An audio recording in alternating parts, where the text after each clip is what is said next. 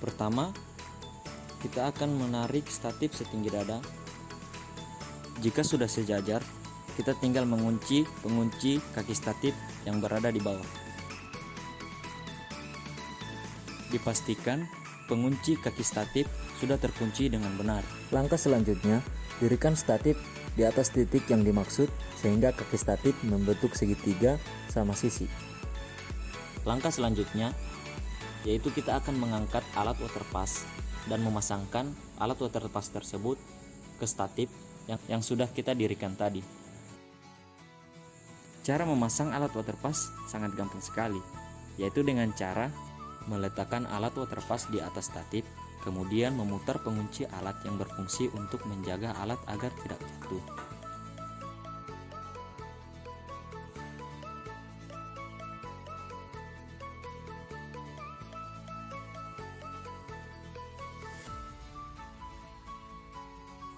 Setelah itu, kita masuk ke dalam cara mengatur alat waterpass. Kita sejajarkan teropong dengan 2 skrup penyetel dan ketengahkan gelembung nifo dengan memutar skrup A, B, dan C sekaligus sehingga gelembung nifo tepat berada di tengah-tengah lingkaran nifo. Kemudian, putar teropong ke sembarang posisi. Jika gelembung berubah-ubah, setel kembali skrup penyetel hingga gelembung kembali ke tengah kembali. Lakukan berulang-ulang hingga gelembung nifo tetap di tengah kemanapun teropong diarahkan. Apabila sudah selesai, maka alat waterpass telah siap dipakai. Selanjutnya, kita akan masuk ke cara pembacaan rambu ukur. Untuk mendapatkan ketinggian suatu titik, diperlukan data dari suatu bacaan rambu ukur tersebut. Maka dari itu, juru ukur atau surveyor harus dapat melaksanakan pembacaan rambu ukur dengan alat waterpass. Contoh berikut ini adalah hasil dari bacaan benang atas, benang tengah, dan benang bawah. Dari contoh tersebut, maka dapat disimpulkan bahwa untuk mendapatkan angka di depan koma harus berpatokan pada keberadaan benang atas, benang tengah, dan benang bawah. Dalam satu patok, terdapat 3 cara pengukuran, yaitu pengukuran pergi, pulang, dan pengukuran detail pergi. Dalam pengukuran detail pergi, terdapat 6 detail, yaitu detail A, B, C, detail 1, 2, dan 3. Untuk detail A dan B, seseorang yang memegang bak ukur akan bergeser ke kanan dari titik sebelumnya dengan jarak 2 meter. Namun berbeda dengan detail C. Dalam detail C, ia hanya akan bergeser dari titik B dengan jarak hanya 1 meter. Dalam detail 1, 2, dan 3 dapat dikatakan sama seperti detail A, B, dan C. Yang membedakan yaitu seseorang yang memegang bak ukur akan bergeser ke kiri.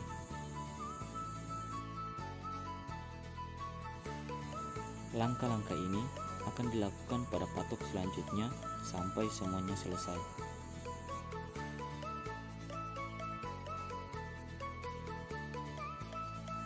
Itulah cara dari penggunaan alat waterpass. Selanjutnya, kami akan menjelaskan bagaimana cara menggunakan alat teodolit.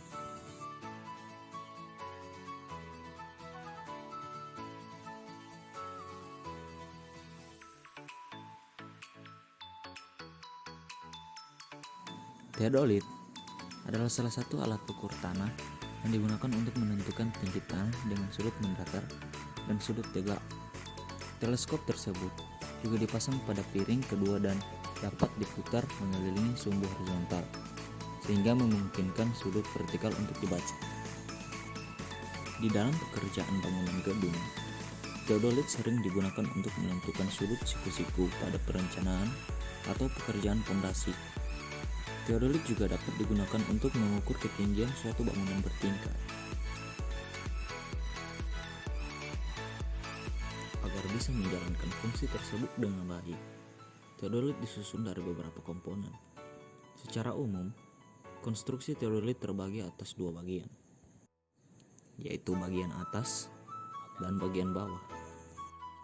Bagian atas terdiri dari teropong, nifo tabung, sekrup okuler dan objektif, sekrup gerak vertikal, sekrup gerak horizontal, teropong bacaan sudut vertikal dan horizontal, nifo kotak, sekrup pengunci teropong, sekrup pengunci sudut vertikal, sekrup pengatur menit dan detik, dan sekrup pengatur sudut horizontal dan vertikal. Bagian bawah terdiri dari statif atau tripod, 3 sekrup penyetel nifo kotak, unting-unting, sekrup repetisi, sekrup pengunci pesawat dengan statif.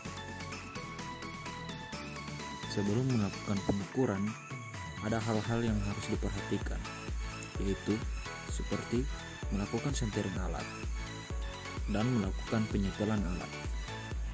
Untuk sentering alat, hal yang pertama yang kita lakukan adalah mengatur unting-unting agar posisi sumbu tepat di atas patok atau titik ukur.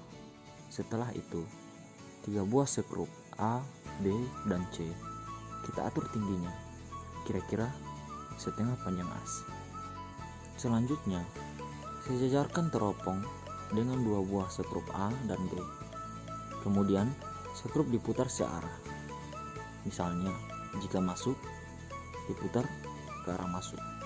Jika diputar ke arah keluar, maka diputar ke arah keluar secara bersamaan, sambil dilihat kedudukan gelembung nifo tabung agar tepat di tengah-tengah skala nifo.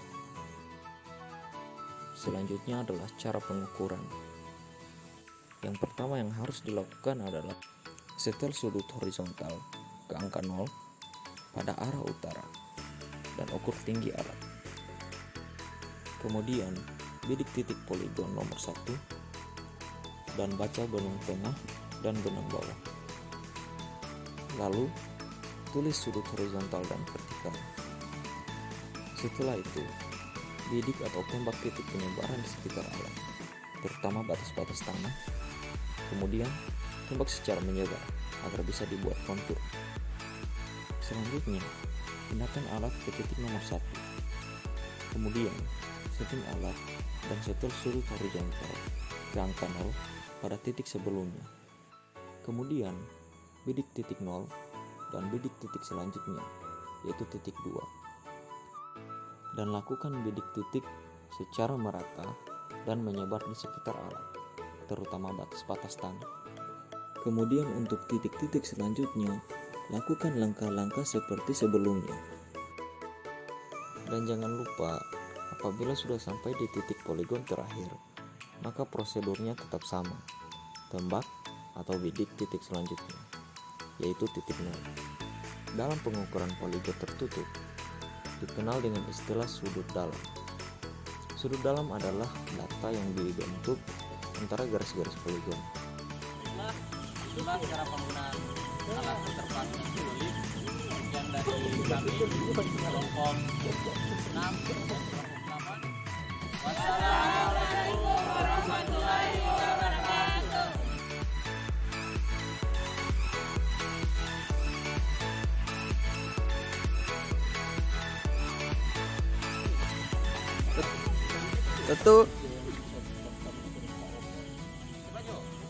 Satu, dua. Salam teknik. Satu, coba serius. Coba. Coba. Satu. Satu, dua, tiga. Wassalamualaikum warahmatullahi wabarakatuh. Salam teknik. Siapa ini? Biar yo. Tipa.